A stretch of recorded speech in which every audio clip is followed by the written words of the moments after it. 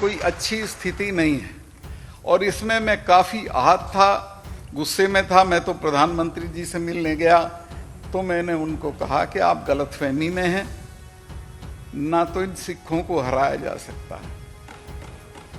इनके गुरु के चारों बच्चे उसकी मौजूदगी में खत्म हो गए थे, लेकिन उसने सरेंडर नहीं किया था।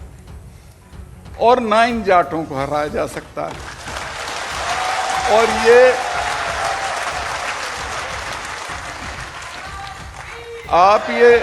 आप ये सोचते हो कि ऐसे ही चले जाएंगे, इनको कुछ ले दे के भेज दो और दो काम मत करना। एक तो इन पे बल प्रयोग मत करना, दूसरे इनको खाली हाथ मत भेजना, चूंकि भूलते भी नहीं है। 300 साल तक नहीं भूलते हैं। मिसेस गांधी ने जब अकाल तख्त तोड़ा तो उसके बाद उसने अपने फार्म हाउस पे महामृत्युंजय का यज्ञ करवाया। मुझे अरुण नेहरू मेरे अच्छे दोस्त थे, उन्होंने बताया कि सतपाल भाई, मैंने कहा कि फूफी तुम तो ये मानती नहीं थी, ये क्यों कर रही हो?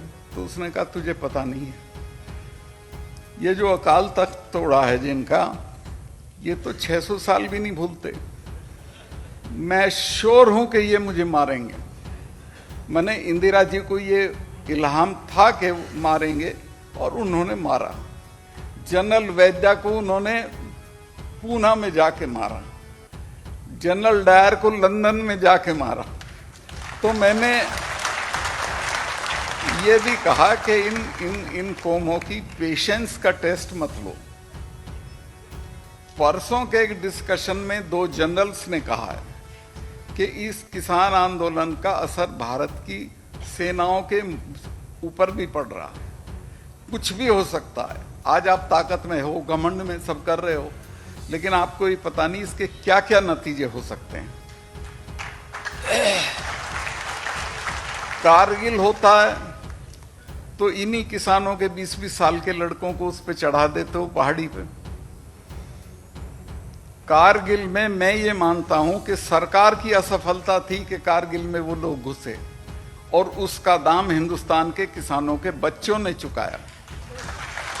20-20 साल के बच्चे, दुनिया में कोई ऐसी लड़ाई नहीं हुई कि दुश्मन ऊपर बैठा और आप नीचे से रेंगते हुए जा रहे हैं और गोली खा के चिड़िया की तरह मर रहे हैं। तो ये जो है, ये अन्याय हमारे ही साथ होता है, लेकिन इसमें किसी ना किसी दिन लोग रिएक्ट कर जाते हैं। मैं नहीं चाहता कि कोई ऐसा दिन आए जब ये किसान लोग रिएक्ट कर। अभी तो किसानों ने एक कंकड़ भी नहीं मारी है किसी के।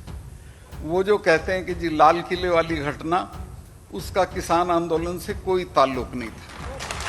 वो